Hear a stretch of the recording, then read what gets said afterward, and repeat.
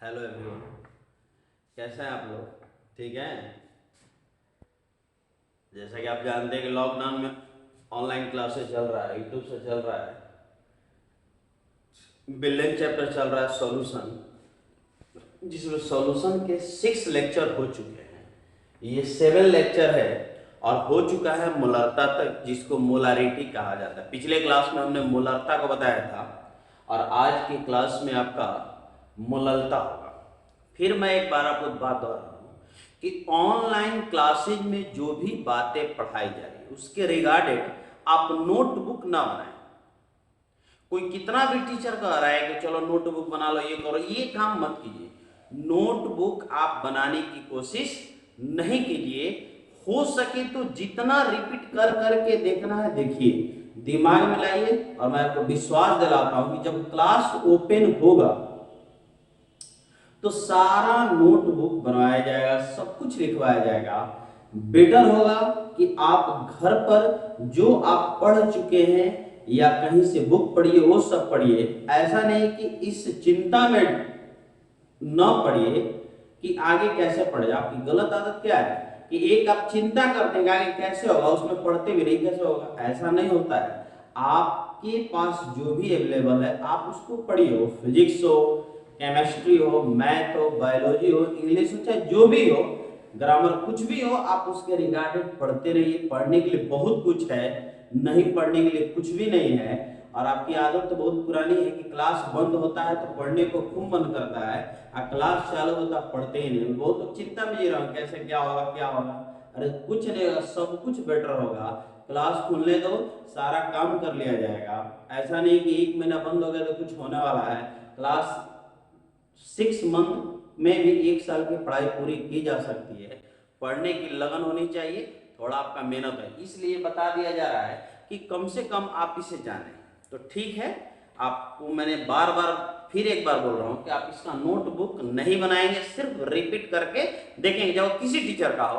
अब आते हैं विषय पर। तो देखिए, मोललता अंग्रेजी में कहते हैं molality, that's will be denoted by a small m. इसके पहले में कैपिटल एम से हमने मोलरता को बताया था। ए स्मॉल एम है क्या? मोलालिटी। देखिए ध्यान से, इसका डेफिनेशन परिभाषा क्या है कि 1 केजी विलायक में घुलित विलेय की मोलों की संख्या को उस विलयन का मोललता कहा जाता है। ये सिंपल डिफिनीशन है, नहीं तो और बहुत सारा डिफिनीशन है। जैसे आप जानते हैं कि विलेय की मोलों की संख्या का प्रति इकाई विलायक का द्रव्यमान केजी में मोललता कहलाता है, वो भी डिफिनीशन है। ये एक सिंपल डिफिनीशन है ताकि आपको याद रहे, एक साधारण डिफिनीशन। ऐसा नहीं कि डिफिनीशन लिख लो और याद भी ना हो। एक हम लोग का लैंग्वेज है, जैसे आप समझ सकते हैं। अंग्रेजी में कहा जाता है कि number of mole of solute dissolve in 1 kg of any solvent is known as molality. ये है, ऐसा नहीं कि नया बता रहा है, आप पढ़े भी होंगे। मोललता का देखिए क्या है फॉर्मूला, विलेय की मोलों की संख्या और वटा विलायक का द्रव्यमान केजी में। तो आप ऊपर वाला टर्म को देखिए और मोलरता याद कीजिए 6 लेक्चर में कि मोलरता में क्या था कि विलेय की मोलों की संख्या बटा बिलियन का आयतन लीटर में। लेकिन यहाँ विलायक का द्रव्यमान क्या है? केजी में। सिर्फ नीचे का पॉइंट का अंतर है, बाकी ऊपर वाला पॉइंट सेम है। ऊपर के पॉइंट में किसी प्रकार का कोई अंतर नहीं है। नीचे होगा विलायक का द्रव्यमान किसमें? केजी में। देखिए मात्रक, मात्रक तो सिंपल है, फिजिक्स में पढ़े होंगे आप, यूनिट एंड डायमेंशन। मात्रक और बीमा चैप्टर में पढ़े होंगे, फर्स्ट ईयर में सब लोग पढ़ाए होंगे। ऊपर में मोलों की संख्या, तो ऊपर का क्या होगा? मोल, और नीचे है विलायक का द्रव्यमान केजी में, तो नीचे क्या होगा? केजी। तो आप इसको मोल पर केजी कहिए, चाहे मोल केजी का इनवर्स कहिए, और चाहे स्मॉल एम से भी डिनोट कर सकते हैं, कोई प्रॉब्लम होने वाला नहीं है। ये मोललता का एक बेसिक पॉइंट है, इसका और बहुत सारा लेक्चर है, पहले इसका बेसिक पॉइंट को देख लेंगे। बिना बेसिक का कुछ भी पढ़ना संभव नहीं है। जैसे अगर भाग सीखना है तो जोड़ घटाव गुना का होना अति आवश्यक है, और ये 3 चीज नहीं है, और भाग सीखने की जद्दोजहद में लगे हैं तो आप और मूर्ख बन रहे हैं, कुछ भी होने वाला नहीं है। क्रम से सीखा जाता है, क्रम को छोड़कर नहीं सीखा जाता है। बात समझ रहे हैं? आपकी चाह बहुत ज्यादा होती है और चाह के साथ साथ नीचे का सारा पॉइंट डैमेज होता है। तो पॉइंट को समझिए।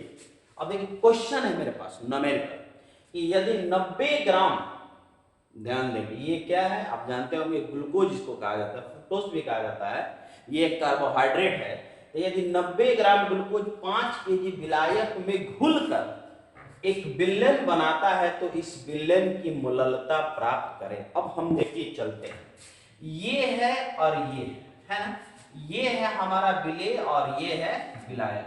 इस क्वेश्चन में है क्या 90 ग्राम C6H12O6 और 5 केजी विलायक है, विलायक का द्रव्यमान केजी में है ना, बोलिए सर। अब यहां से हम निकालने चलते हैं क्या मोललता।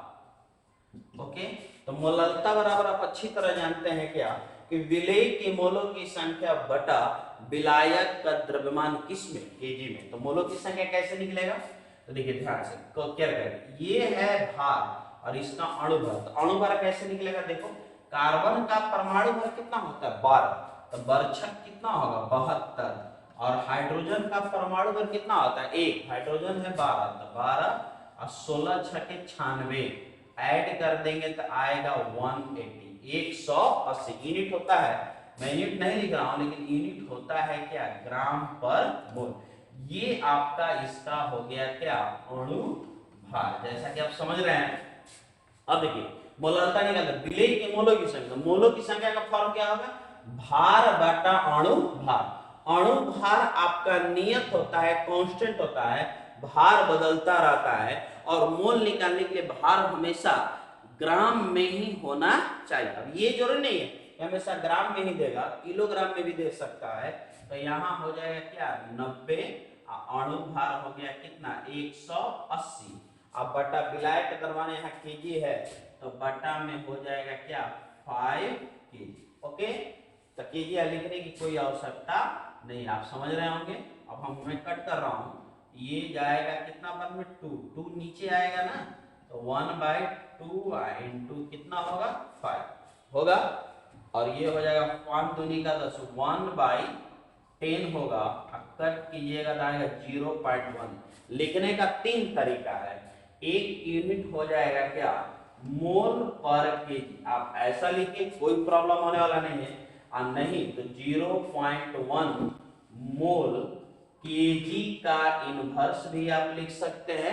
अब पॉइंट अगला है कि 0.1 स्मॉल m भी लिख सकते हैं, लिखने का तीनों लिख सकते हैं। अब आपका डिपेंड करेगा कि आप क्या लिखते हैं, आप मोल पर केजी लिखे तो भी सही है, मोल केजी इनवर्स लिखे तो भी सही है, स्मॉल m लिखे तो भी सही है, मर्जी आपकी है। अब क्वेश्चन का डिमांड देख लिया जाता है कि आंसर किस में मांग रहा है, किसी किसी क्वेश्चन में आंसर मोल पर केजी मांगता है, किसमें मोल केजी का इनवर्स मांगता है, और किसी में स्मॉल m मांगता है। और आपका मत डिपेंड करेगा कि इसमें लिखाना है, तो आप ऐसा क्वेश्चन बनाइए, एक बेसिक क्वेश्चन हुआ है, आप इसको रोक रोक कर पॉज करके देख लीजिएगा। मैं आगे देख रहा हूं एक और क्वेश्चन।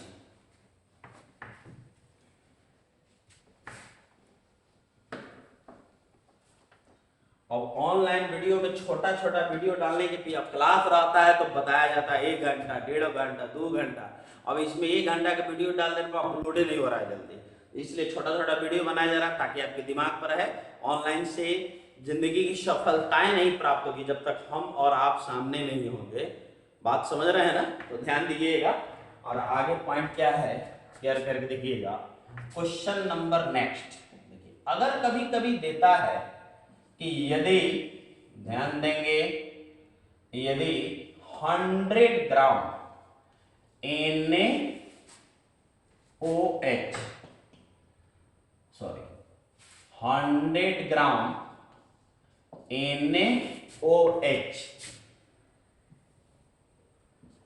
500 ग्राम विलयन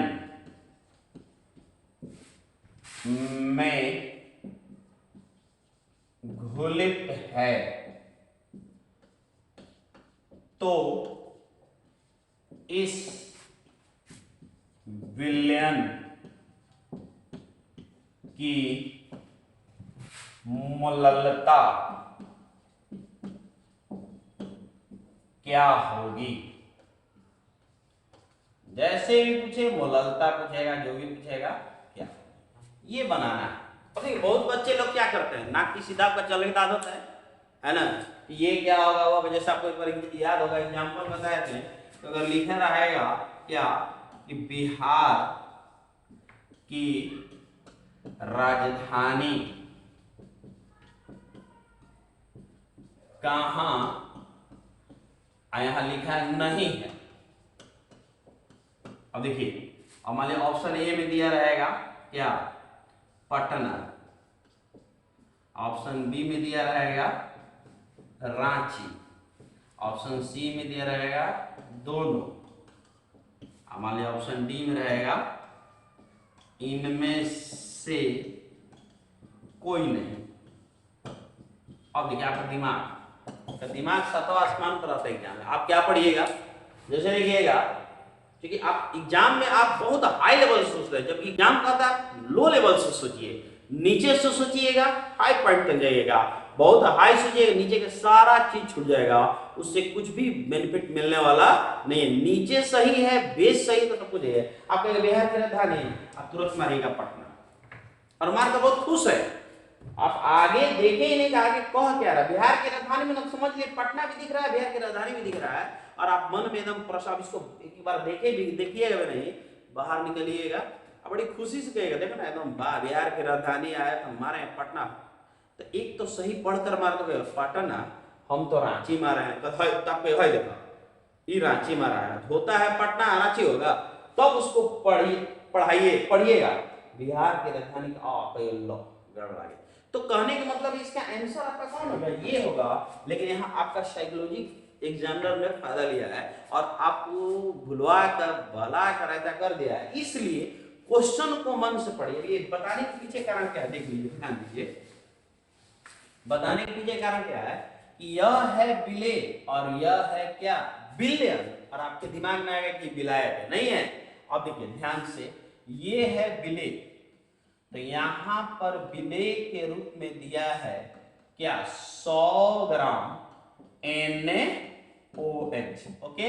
और ये बिलियन यहां दिया है, विलायक नहीं दिया है, और बिलियन दिया है क्या, 500 ग्राम, जो भी है उससे मतलब नहीं है। अब इसे निकालने के लिए हमें विलायक का द्रव्यमान की आवश्यकता है। तो सिंपल सी बात है, देख लीजिएगा सभी लोग, आप जानते हैं कि विलायक का द्रव्यमान, इसका मतलब समझ रहे हैं ना, ये द्रव्यमान है, विलायक का द्रव्यमान बराबर होगा क्या, तो विलयन का द्रव्यमान माइनस विलेय का द्रव्यमान, और विलयन का द्रव्यमान है यहाँ 500 माइनस विलेय का द्रव्यमान 100, घटाएंगे 400 ग्राम आ गया ना। अब हम बनाने की ओर चलते हैं, तो हमें निकालना है क्या, मोललता। अब बहुत लोग इसी में मिस कर जाते हैं, क्या मिस कर जाते हैं, ये सोचते हैं कि विलेय है और ये विलायक है, और बना लेंगे क्वेश्चन, बन भी जाता है और आंसर भी आ जाता है, सब कुछ हो जाता है, फिर बाद में पछताते हैं। देखना है ये विलयन है, ये विलायक नहीं है। तो 500 माइनस 100 करेंगे, 400 ग्राम हो जाएगा। अब मोललता निकालना है, तो विलेय की मोलों की संख्या, तो ये है विलेय, तो मोलों की संख्या बराबर भार बटा अणुभार।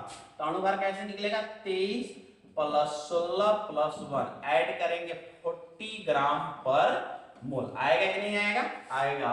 तो यहाँ हो जाएगा दिया हुआ भार कितना है 100, और बटा विलायक का अणुभार कितना है आपका 40। अब देखिए यहाँ विलायक का द्रव्यमान किसमें चाहिए, केजी में, लेकिन है किसमें, ग्राम में। तो रास्ते हैं कि gram will be converted in KG. तो आप जानते हैं कि if gram will be converted in KG, that will be in gram divided by 1000। Finally आपका होगा क्या कि 400, अब बाई में होगा कितना 1000। अब देखिए मैं कट कर रहा हूं, कट करने का भी रूल है। अब देखिए ये 0 0 कैंसिल, यहाँ 0 0 कैंसिल। अब देखिए ध्यान दीजिए, अब ये 4 4 नहीं कटेगा, ये नीचे नीचे कटता है, ऊपर ऊपर कटता है। तो ये हो जाएगा 2 2 नी के 4 और 2 5 10, और यहाँ हो जाएगा 2 2 नी के 4 और 2 5 10। अब वो तो 5 सब कटाकर अला देंगे। यहाँ देखिए ध्यान देने वाली बात है, और ये होगा 5/2 और ये हो जाएगा फिर से क्या 5/2। अब जानते हैं ये पॉइंट पलट जाता है, तो ये हो जाएगा 50 25 और 2 2 निके 4 4 6 24 4 दुनिया का 4 5 20। इतना ग्राम पर इतना क्या हो जाएगा मोल पर केजी। नहीं समझ में आया होगा। पहले तो यहाँ भी पॉइंट है, और मान लीजिए किसी को सब कुछ आता है, कट कर रहे हैं, तो उससे क्वेश्चन बनेगा नहीं बनेगा। हर पॉइंट पर ध्यान देना है। और आप जानते हैं कि एक क्वेश्चन जिंदगी में जिस दिन से पढ़ाई स्टार्ट किया उतना दिन का डिमांड करता है। नर्सरी से लेके और आज तक का सारा चीज इसमें लगाइएगा, तब जाके ये क्वेश्चन बनेगा, नहीं तो ये क्वेश्चन बनने वाला नहीं है। बिना कुछ देखे क्वेश्चन बन नहीं सकता है। तो ये हुआ मोललता। ये मोललता का बहुत सिंपल पॉइंट होगा। अभी रिलेशन भी है, लेकिन इससे ज्यादा आप बुक में पढ़िएगा। और विश्वास कीजिए जिस दिन क्लास खुलता है सारी बातों को बताई जाएगी, किया जाएगा, उसका सारा उपाय किया जाएगा। रात में पढ़ाया जाएगा, दिन में पढ़ाया जाएगा, लेकिन पढ़ाया जाएगा। लेकिन अभी का समय अगर आप बिना पढ़ाए बिताते हैं तो आगे थोड़ा तेजी में पढ़ाना या ज्यादा पढ़ाना आपसे बर्दाश्त नहीं होगा। तो आगे की पढ़ाई को बर्दाश्त करने के लिए ये थोड़ा पढ़ते रहिए। फिर से देख लीजिए, मैं लिख दिया हूं कि नोटबुक नहीं बनाना है, केवल बार बार देखकर समझना है। ओके, ये बार बार देखकर समझना है। ऐसा नहीं कि लोग पोथा पोथी बना उना कर एकदम तैयार कर दीजिएगा, सुत जाइएगा, ऐसा नहीं करना है। घर पर रहकर आराम से पढ़िएगा, सब कुछ ठीक हो जाएगा। और नहीं ठीक हो जाएगा देखा जाएगा, कुछ भी तो होगा। फिलहाल तो मैं बार बार करता हूँ कि भविष्य की चिंता ना करें, भूत का भी चिंता ना करें, वर्तमान में रहें। आज ये है तो पढ़ना है, कल कैसे पढ़ना होगा, रहना है नहीं रहना है, क्या होगा होगा, इससे कोई चिंता नहीं करना। ठीक है, तो आप इसको देख लीजिएगा और पुनः हम आगे देखेंगे। तो ये मोललता हुआ, बहुत सारे और क्वेश्चन हैं, तो क्वेश्चन मैं मिसलेनियस में देखूंगा, फिर इसके बाद हम देखेंगे नॉर्मल। ओके।